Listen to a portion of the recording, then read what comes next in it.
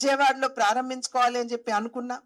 మనందరికీ తెలుసు, దురదృష్టవశాత్తు ఇవాళ విజయవాడ పరిసర ప్రాంతాల్లో ఏ రకమైనటువంటి పరిస్థితి ఉందో మనందరికీ తెలుసు. అక్కడ క్షతగాత్రులు ఎవరైతే ఉన్నారో వారితోటి భారతీయ జనతా పార్టీ కార్యకర్తలు కూడా నిలబడి ఉన్నారు.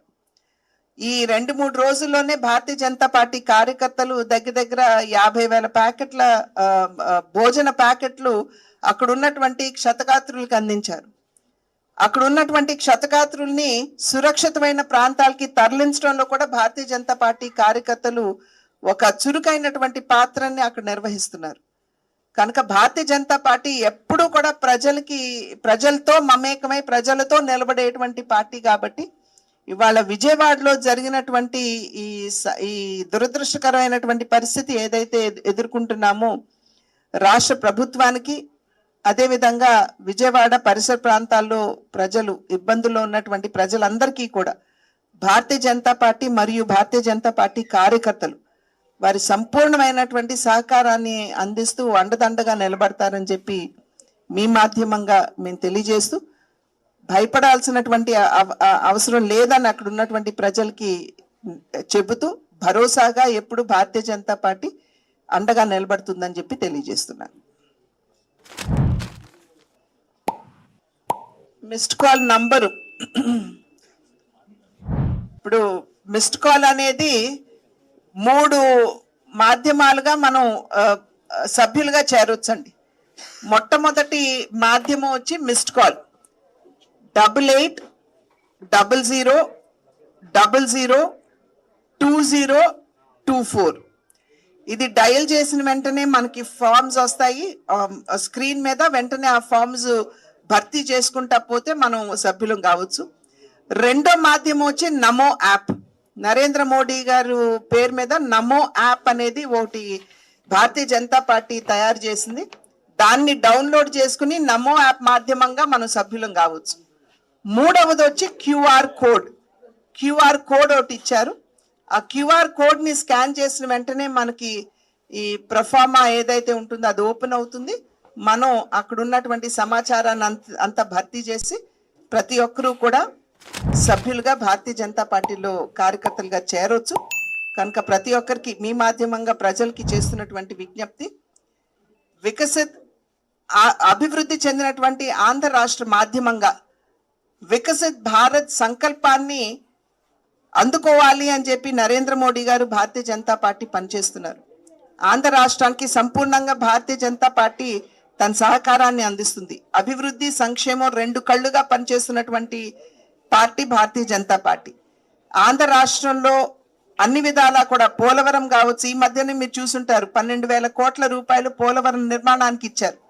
అదేవిధంగా 15,000 కోట్లని అమరావతి నిర్మాణానికి ఇచ్చారు. మరి ఇక్కడ జరుగుతున్నటువంటి అభివృద్ధి కార్యక్రమాలన్నిటికీ కూడా రైల్వే జోన్ కూడా ఇవాళ ఇంతకు ముందు ఉన్నటువంటి ప్రభుత్వం ఏదైతే సరి అయినటువంటి ల్యాండ్ ఇవ్వలేదు, ఇప్పుడు చంద్రబాబు నాయుడు గారు నాయకత్వంలో ఉన్నటువంటి రాష్ట్ర ప్రభుత్వం ఆ భూమిని ఇవ్వటానికి వారు ముందుకు వచ్చారు. కనుక అది కూడా మనకి తీరిపోయింది.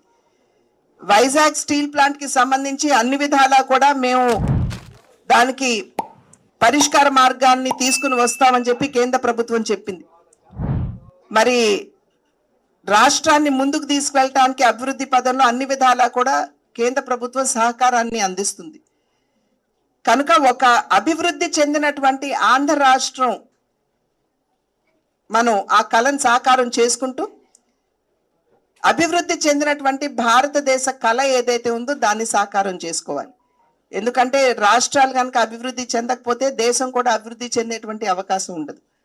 కనుక ఆ రకంగా అభివృద్ధి చెందినటువంటి ఆంధ్ర రాష్ట్రం మాధ్యమంగా మన వికసిత్ భారత్ కళని సాకారం చేసుకోవాలంటే మీరందరూ కూడా ప్రజలందరూ ఆలోచించి ఖచ్చితంగా భారతీయ జనతా పార్టీలో పెద్ద సంఖ్యలో సభ్యులుగా చేరతారని చెప్పి నేను విశ్వసిస్తున్నాను.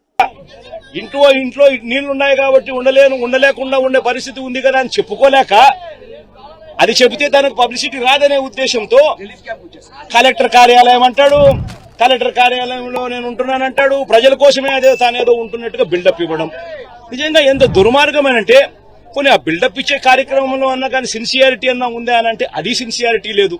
మీరే చూస్తా ఉన్నారు, ఈ కాలనీ ఈరోజు చూశారు, సింగ్ నగర్ చూస్తా ఉన్నారు, ఎక్కడికన్నా పోండి విజయవాడలో ఏ కాలనీ అన్నా తీసుకోండి ఇదే పరిస్థితి కనిపిస్తా ఉంది.